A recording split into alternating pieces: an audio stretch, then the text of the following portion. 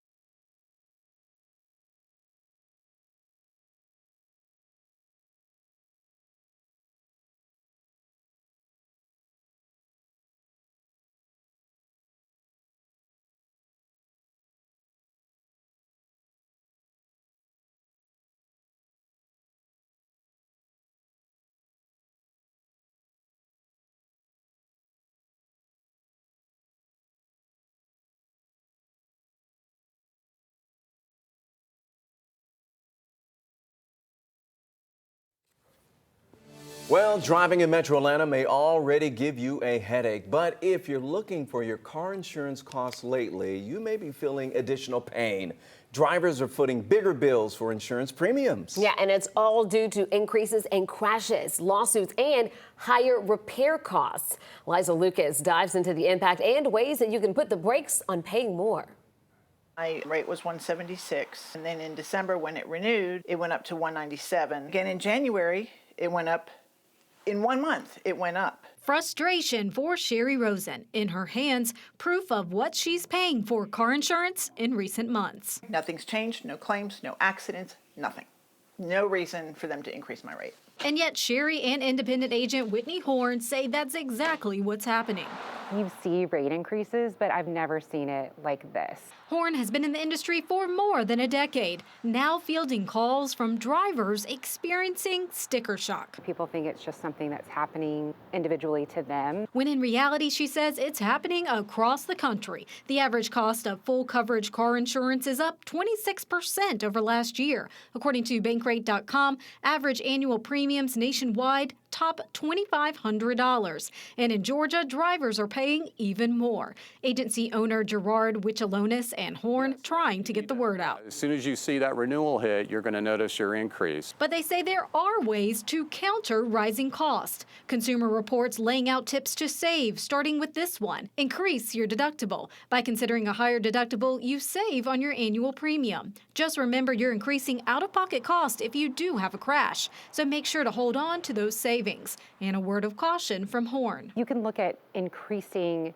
your deductibles to save money, but you do not want to decrease your liability coverage. On to another tip, consider your car's age and mileage. As it ages, the value drops, so it could be time to also drop collision and comprehensive insurance. And if you don't already, shop around, then bundle. Bundling your home and auto insurance is a move that can keep more dollars in your pocket. And finally, let your driving record work for you. Take a defensive driving course or sign up for driver monitoring, both of which can mean discounts. There's apps out there that you can add to your phone where it'll give you a nice discount right up front. And if your driving is good at your renewal, you might even see a bigger discount. In Ackworth, Liza Lucas, 11 Alive News. Now, 11 Alive did reach out to industry leaders about the issue. The American Property Casualty Insurance Association tells us in part, any strain on insurance affordability and availability is a serious concern.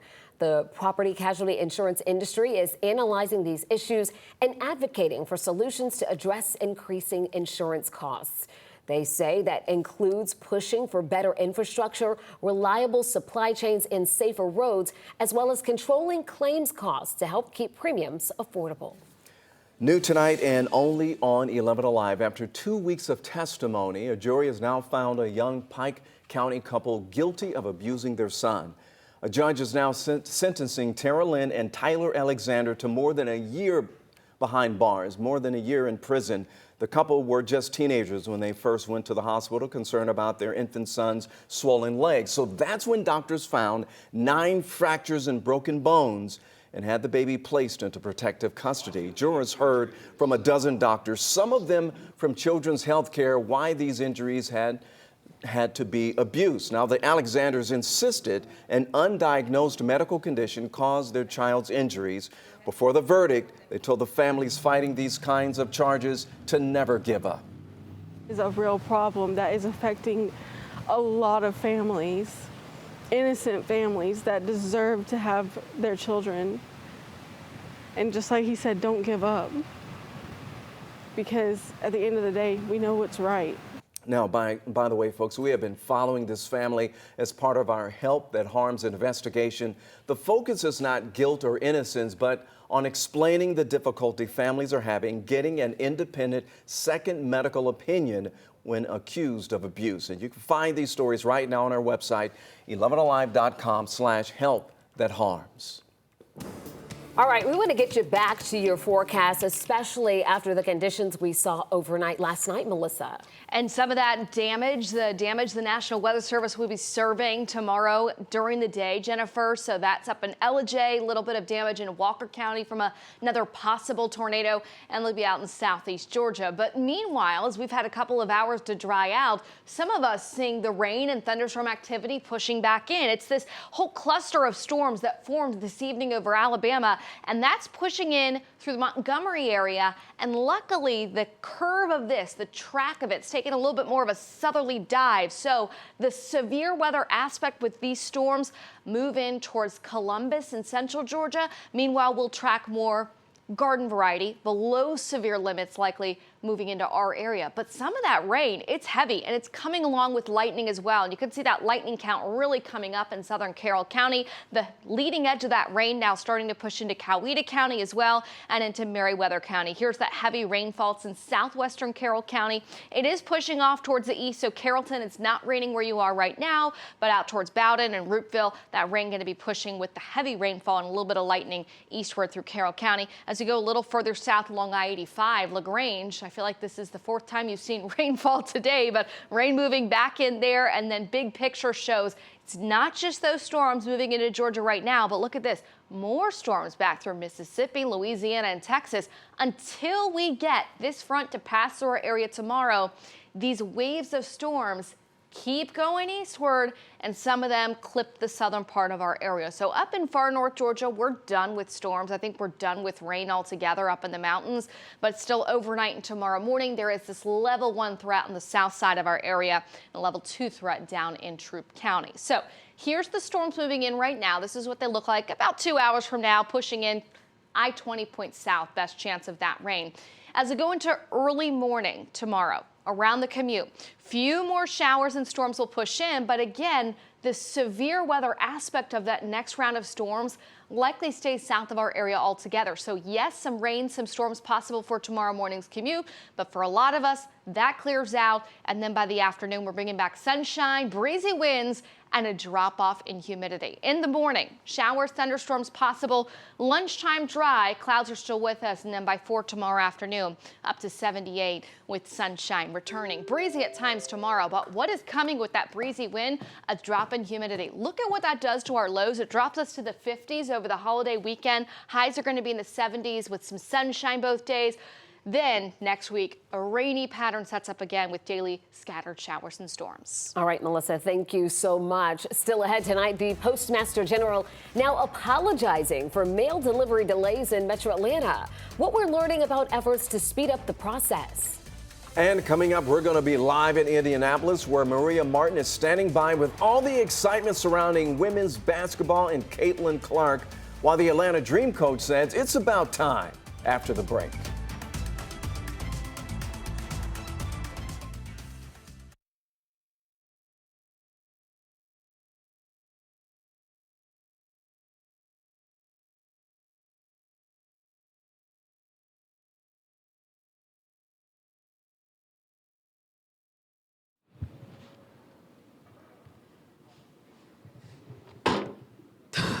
Mic check, Maria. 1, 2, 3. No. No. Well, I hear you now. Hi.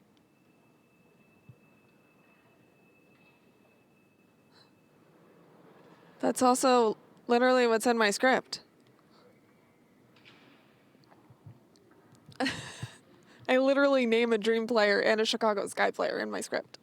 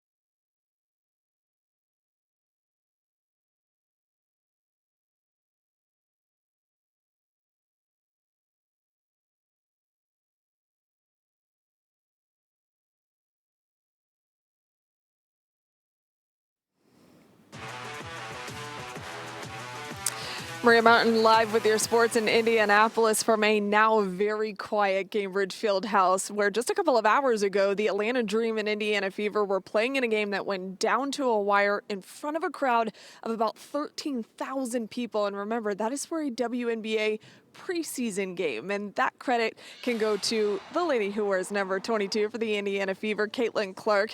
She's the rookie phenom who is moving the needle for the WNBA right now, but also ladies like the Dream's Ryan Howard, Chicago Sky's Angel Reese, and many more current and former WNBA players deserve the credit for moving things forward as well. But Caitlin's impact is being called the Clark effect, especially around here in Indianapolis, and truly it's impossible to ignore. When I asked Atlanta Dream head coach Tanisha Wright after the game about that, she said what the WNBA is not new, but the approach to it certainly is.